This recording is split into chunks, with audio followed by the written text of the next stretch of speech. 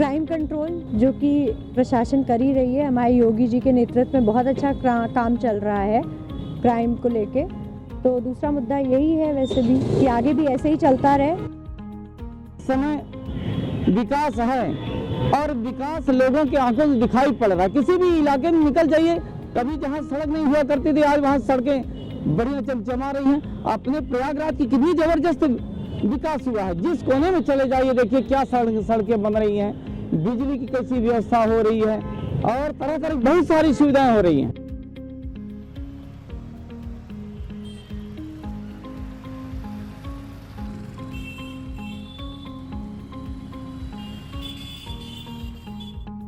किसानों को ऋषि तुल्य जिस तरह से सिक्किम में माननीय प्रधानमंत्री जी ने उन्हें संबोधित किया, उनके मान को बढ़ाया, ऐसे बहराइच के किसानों के मान को बढ़ाया जाए, उन्हें जागरूक किया जाए। तो मैं ये समझता हूँ कि अधिक से अधिक लोगों को रोजगार भी मिल सकेगा और इस क्षेत्र की भौगोलिक स्थिति का भी उन्नयन हो सकेगा और लोग अधिक से अधिक स्वावलंबी हो सकेंगे। अपना रोजगार वो खुद सृजित कर सकेंगे, अन्य लोगों को रोजगार दे भी सकेंगे।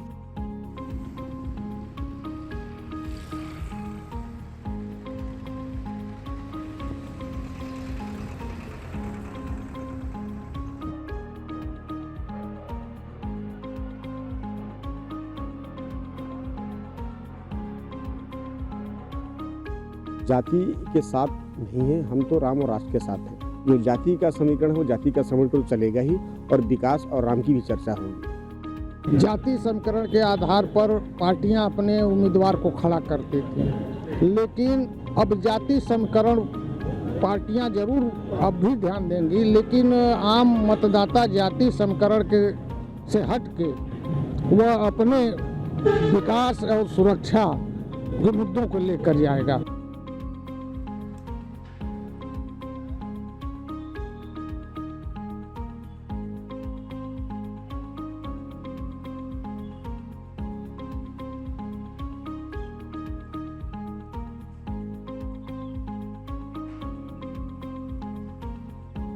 पहला मुद्दा तो है कि रेल यहाँ बहराइच से जरवल जोड़ा जाए, जिससे कि आने जाने की सुविधा हम राजधानी से जुड़ सके।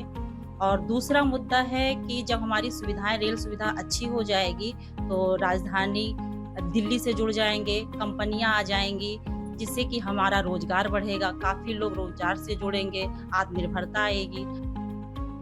और मुद्दा ये है कि बहराइच से जरवल बड़ी लाइन भी जुड़ी है, या बड़ी बड़ी नेपाल हमारा नज़दीक है, बड़ी बड़ी फैक्ट्रियाँ लग जाएं तो बेरोजगार में जो घूम रहे हैं लोग, उनको सुविधा मिल जाएगी।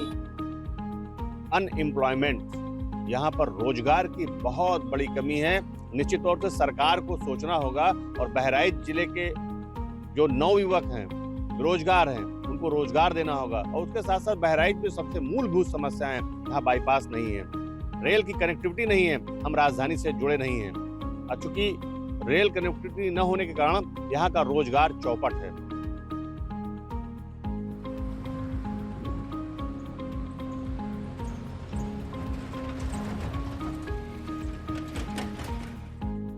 दिन भर में 3 ट्रेनें केवल गोंडा जाती है, वही आती है। पहले 9 ट्रेन, जब छोटी लाइन थी तब 9 ट्रेनें चलती थी, 9 ट्रेनें जाती थी, 9 ट्रेनें आती थी। अब केवल 3 ट्रेनें जाती है, वही आती है। सबसे बड़ी समस्या तो यही है। दूसरे जाम की समस्या शहर में बहुत है, अतिक्रमण जगह जगह पर है। मुद्दा ये है कि जैसे बहराइच से जरवल अगर ट्रेन जुड़ जाए बड़ी लाइन, तो उससे ये आसानी होगी लोगों को व्यापार करने के लिए। जैसे लखनऊ से दिल्ली जाना आसान हो जाएगा, उससे ये है कि बड़ी सुविधा लोगों को मिलेगी, माल उनका आ जाएगा और जो है कम पैसे में जैसे दिल्ली से बहराइच को सामान लाना हो जाएगा।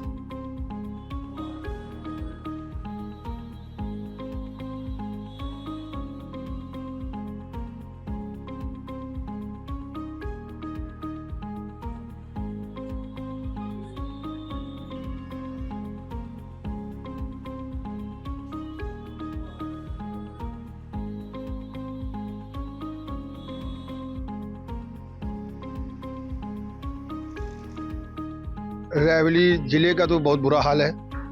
रायबरेली शहर की सड़कें आप देखिए गड्ढा युक्त हैं, भरा जगह जगह इन गड्ढों को अभी नहीं भरा गया और ये सड़कें पूरी शहर की खराब हैं।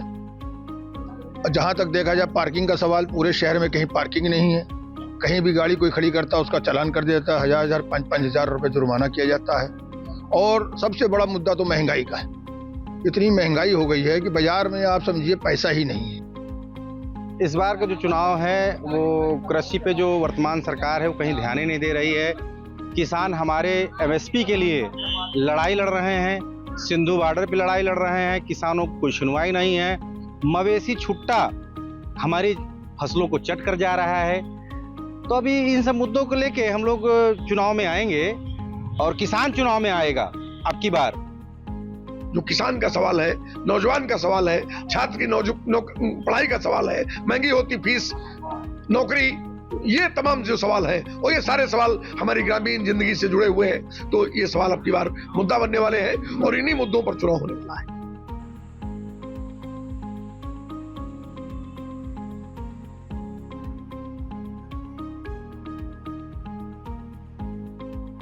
आपकी हम लोगों का विचार यही है, मेरा व्यक्तिगत विचार यही है कि आपकी सड़क, पानी, बिजली और महंगाई, इनको ध्यान में रखते हुए वोट देना है और जो सही व्यक्ति हो उसे चुनना है।